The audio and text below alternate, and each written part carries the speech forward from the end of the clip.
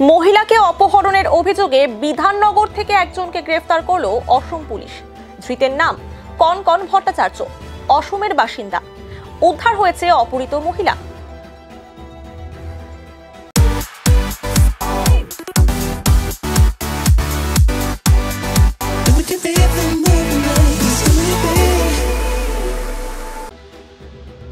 গত 15 ফেব্রুয়ারি অসমের বিশ্বনাথ থানা অন্তর্গত এলাকার বাসিন্দা ধন্তি বোরার স্ত্রী বিটুমণি বোরা নিখোঁজ হয়ে যায়। ঘটনার পর 28 ফেব্রুয়ারি বিশ্বনাথ থানায় স্ত্রীর নিখোঁজ অভিযোগ দায়ের করেন ব্যক্তি।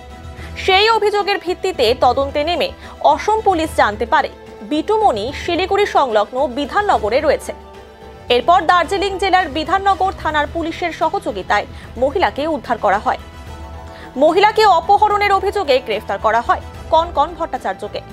আজ ধৃতকে শিলিগুড়ি আদালতে পেশ করে 3 দিনের ট্রানজিট রিমান্ডে নিয়ে অসমে রওনা দিয়েছে পুলিশ।